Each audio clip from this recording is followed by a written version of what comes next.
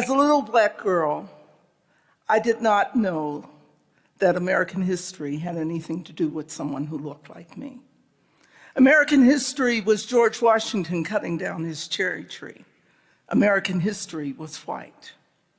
Raised in a small steel mining town of Duquesne, Pennsylvania, my family moved to Newark, Ohio, not New Jersey, but Ohio, when I was age 9.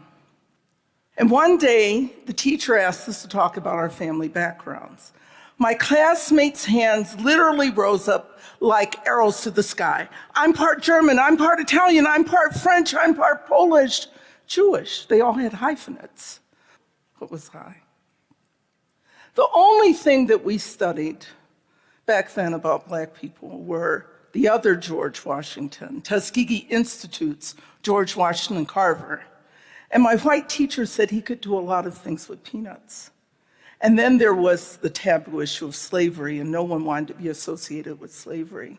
So to my 9-year-old brain, those two facts together did not compute.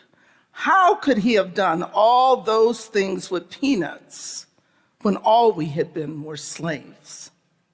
So I mumbled something like Negro or black, Native American, because most black people think they have Native American blood in them. And I added in French, I lied. My father had been stationed in France, but I wanted to have a history also. That sense of not knowing and not belonging stayed with me until my sophomore year at Brandeis University. I remember it like it was yesterday. It was a fall day. The leaves were a golden brown, and I'm in New York Schomburg's library with my headphones on, listening to this song. I'm just wild about Harry, Harry's wild about me. This song that I associated with President Harry Truman, I had found, who was a white president, I had found in a black music collection in a black library written by a black songwriting team of Noble Sissel and Eubie Blake in the 1921 production of Shuffle Along on Broadway. I was thrilled, and I went up to the librarian, the famous librarian, Jean Blackwell Hudson. She gave me a list of people to interview, and I had my tape recorder in hand. Today it would be an iPhone, and I went out and interviewed Gone with the Wind's Butterfly McQueen, Lee Whipper, who was the oldest living black actor at the time, historian John Henrik Clark, and tap dancer Honey Coles. I had found myself. I had a history to call my own. I too, according to Langston Hughes, I too am America. And from that day forward, my life was forever changed. Today, from our boardrooms to our classrooms, on TV and social media, debates are raging about whose history matters. Those who document their history are who society says matters. For the Black community, that documentation has been elusive. How many of you had heard about Tulsa and its Black Wall Street until recently? Let me see a show of hands. Great. But there are those who don't. Black people went from having absolutely no rights to the US electing its first Black president. Our civil rights gains paved the way for the women's movement, the gay rights movement, and the social movements of today. In the 1960s, we had found ourselves, and James Brown led the way. Say it loud. I'm Black and I'm proud. He did it for us. That became our national anthem. And recently, I attended the estate sale of Porgy and Bess's Etta Moulton Barnett. She had the famous contralto voice. And her husband, Claude Barnett, Pan-Africanist, who was founder of the Associated Negro Press. In their home, literally was clothing and furniture and rare books and artwork that demonstrated the fineness of their lives. But as I approached one room, I looked to my side and I saw something I should not have seen there. There were family photographs and letters and scrapbooks. As the estate seller yelled out, "Cash and carry," I told her, "You can't do that, not with this." A local university had offered $3,000 for the entire collection. I told her, "Please give it to me. Honestly, I'll take it and preserve it. These are family heirlooms." She told me it would be $250,000. $250,000? I don't have that. I bought the little I could.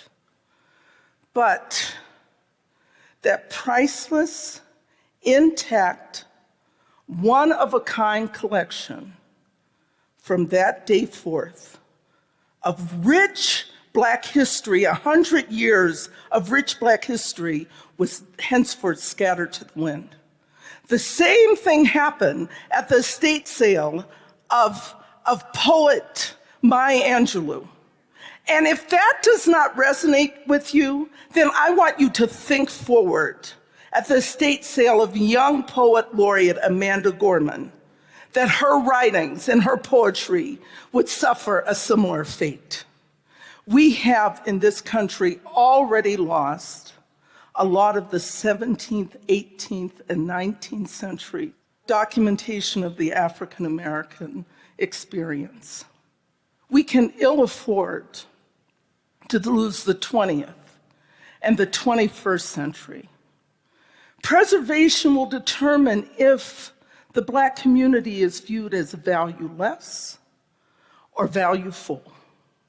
Consider 17-year-old Darnella Frazier and that 9 minutes and 29-second recording of George Floyd's murder, and the complete disregard that it showed society having of Black life.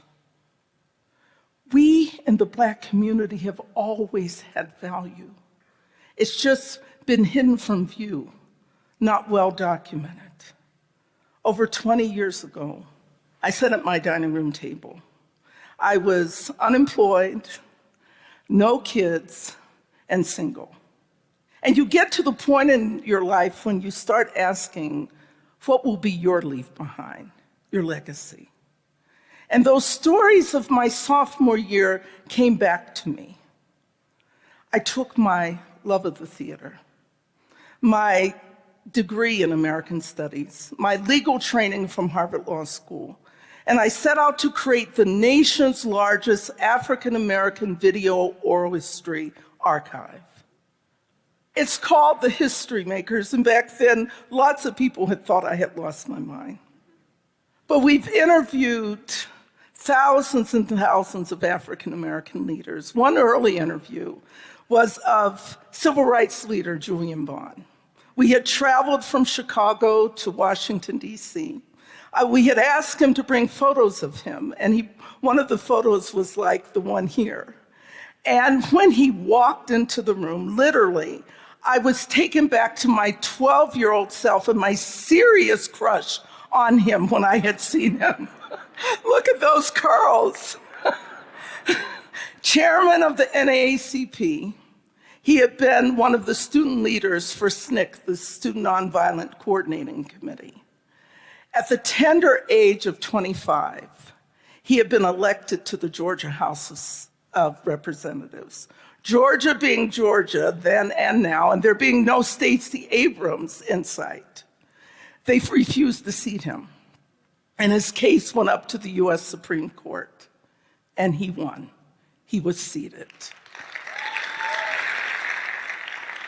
Another early interview was of Tuskegee Airman Colonel Bill Thompson. We arrived at Colonel Thompson's house, and he had prepared for us for 4 days. He had boxes and boxes of material that are now housed at the Air and Space Museum at the Smithsonian. He sits me down. He says, "Do you know of the Golden 13? I said, "No, Colonel Thompson, I've never heard of the Golden 13. He said they were the Navy's version of the Tuskegee Airmen, and there are 4 left living in the country, and 1 lives upstairs. And he'd like to talk to you also." It was at that moment that I knew that we were on a path of great discovery. 4 years later, I'm seated next to General Colin Powell. Of course, I try to get him to interview with me. He so politely declines. Then I tell him my Colonel Bill Thompson story. He tells me about the Montfort Point Marines, that they were the Marines version of the Tuskegee Airmen. The Tuskegee Airmen, the Navy's Golden 13, the Montfort Point Marines. All 3 helped desegregate the US Armed Forces, but unfortunately, most people only know of the Tuskegee Airmen. We have such an opportunity to make change. Our crews have traveled to 413 cities and towns across the United States. Our collection is housed permanently in the Library of Congress. Our digital archive, thanks to the computer geniuses at Carnegie Mellon, is now accessible worldwide, 24 hours a day, 7 days a week, on all kinds of portable devices and computers and phones. We have interviewed, as I said, thousands of African-American leaders. There's Alonzo Petty, the oldest living Black cowboy, Katherine Dunham, the inventor of Black dance, Katherine Johnson, the NASA scientist whose story was portrayed in the movie Hidden Figures, poets Nikki Giovanni and Sonia Sanchez, and Ursula Burns, the first Black female CEO of a Fortune 500 company. We are now the digital repository for the Black experience, and it will include those digitized copies of the family heirlooms that I spoke of us losing. When I think back on my 4th grade self, I have such compassion for her. A little Black girl in a sea of white faces in rural Ohio. Little did she know that Black history was all around her. Yards from her home was the first Black school built for Black children by a man named Shackelford, who sat at gunpoint, daring any white mob to tear down his school for Black children. Her hometown of Newark, Ohio, was also the 1815 birthplace for Edward James Roy, who had tired of life in America and migrated back to Africa, and in 1870, he had become the 5th president of the African country of Liberia. What if she had known that being president of a country would be possible for someone who looked like her? What if her classmates had known that history and that would have changed their views and their world experience? You all know that I'm that little girl. And when I had spoken to General Powell, he told me that no one can change their yesterdays, but all of us can change our tomorrows. I ask you today to join with me in changing America's tomorrows so that the Black community and its experience and its history will have an undeniable place and permanent place in this great country and in America's lexicon. I also ask you to join me that so no child will ever feel that way that I felt in that classroom when I did not know the history that was my legacy. We can all work together and make this happen. Thank you for listening to this little black girl's story. Thank you. Thank you. Thank you.